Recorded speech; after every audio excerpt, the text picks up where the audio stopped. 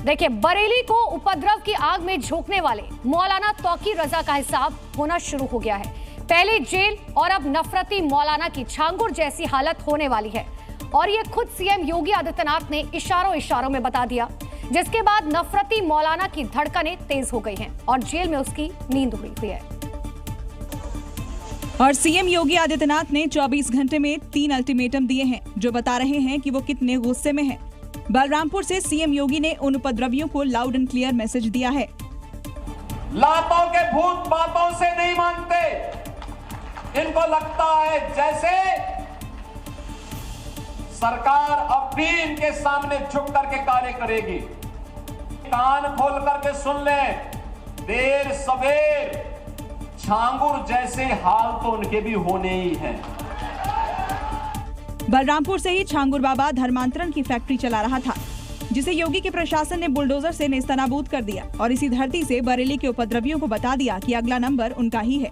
जिसके बाद मौलाना Tauqeer and दंगाई company सदमे में है और उन्हें डर है कि छांगुर जैसे एक्शन न हो जाए, क्योंकि छांगुर सराखों के पीछे है।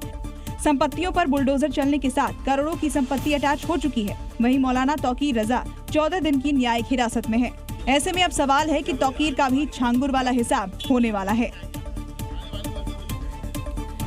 जो भारत में गजवा हिंद का सपना देख रहा है, उसका जहन्नुम का टिकट कट जाएगा।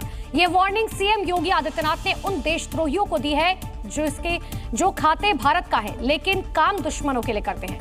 देखिए, सीएम ने साफ कह दिया, अगर उत्तर प्रदेश में ये सब नहीं चलेगा। और ये बयान ऐसे वक्त पर आया है जब आई लव मोहम्मद को लेकर बरेली में उपद्रव हुआ। बरेली समेत पूरे यूपी को हिंसा की आग में जलाने की कोशिश की गई। गजवाए हिंद की कल्पना करना भी और उसका सपना देखना भी जहन्नुम में जाने का टिकट का रास्ता पैदा कर देगा। और इसके पीछे का मास्टरमाइंड मौलाना तौकीर, जो पहले भी नफरती और जहरीली तकरीरें दे चुका है। और योगी का ये अल्टीमेटम कहीं न कहीं उसके लिए भी है। कुछ लोग रहते भारत में हैं, लेकिन गजवाए हिंद का नारा लेकर के भारत के अंदर राष्ट्र विरोधी गतिविधियों को बढ़ावा देने का कुत्सित कार्य कर रहे हैं। गजवाए हिंद हिंदुस्तान की धरती पर नहीं होगा।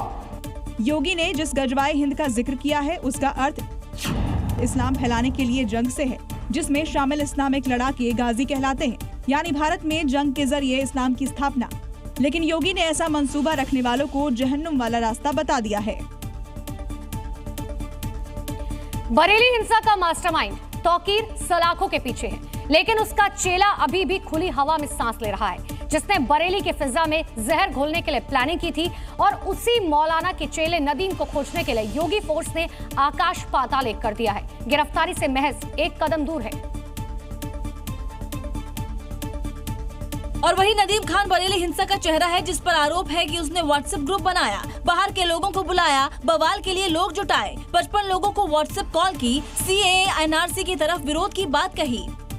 इसमें एक नदीम नाम का व्यक्ति ये लगातार फोन पे संपर्क में था और इससे व्हाट्सएप कॉल के माध्यम से लोगों की बात हो रही थी और इसके द्वारा भी वहाँ लोगों को उकसाया गया। उसी मौलाना के चेले की तलाश के लिए जी मीडिया की टीम बरेली के उस मोहल्ले पहुंची जहां उसका घर था, लेकिन मोहल्ले के लोगों ने देखिए बोलने से ही इनकार कर दिया।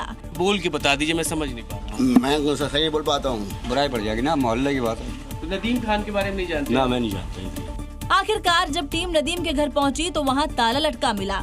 जो पता लोगों ने बताया है वो यही पता है और ये नदीम खान का घर है।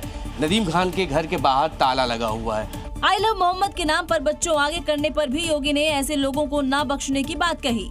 जिनके हाथों में विज्ञान और गणित की पुस्तकें होनी चाहिए, उनके हाथों में आई लव मोहम्मद का पोस्टर देकर के, तख्तियां देकर के। यानी ना तौकीर बचा है ना उसका चेला नदीम बचेगा, क्योंकि उसका पता मिल चुका है।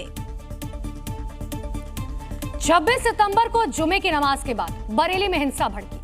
आई लव मोहम्मद अभियान के दौरान भीड़ काफी ज्यादा उग्र हो गई। पुलिस पर पथराव किया गया और पुलिस ने भी हुड़दंगियों को अपने अंदाज में उनका इलाज किया। हिंसा के 2 दिन बाद अब बरेली में फिलहाल शांति है।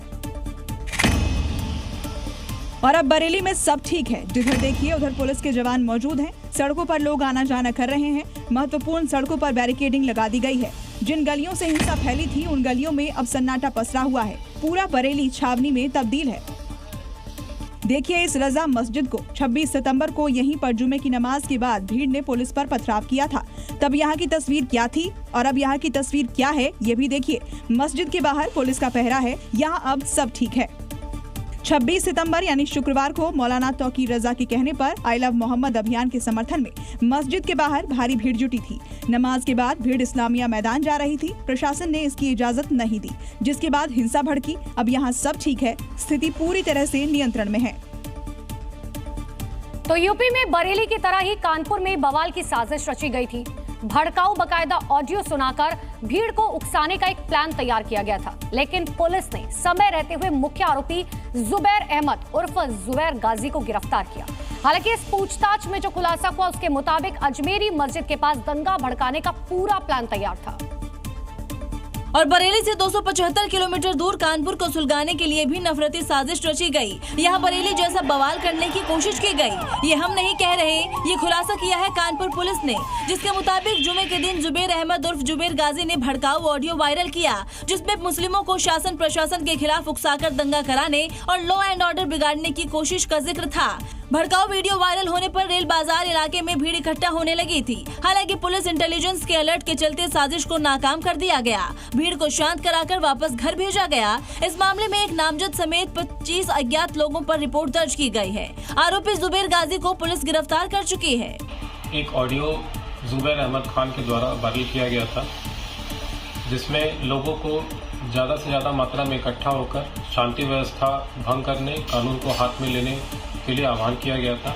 मतलब साफ है, उत्तर प्रदेश को अशांत करने की साजिश रची जा रही है। हालांकि योगी फोर्स पूरी तरह से तैयार है और दंगाइयों पर पूरी तरह नजर रखे हुए है।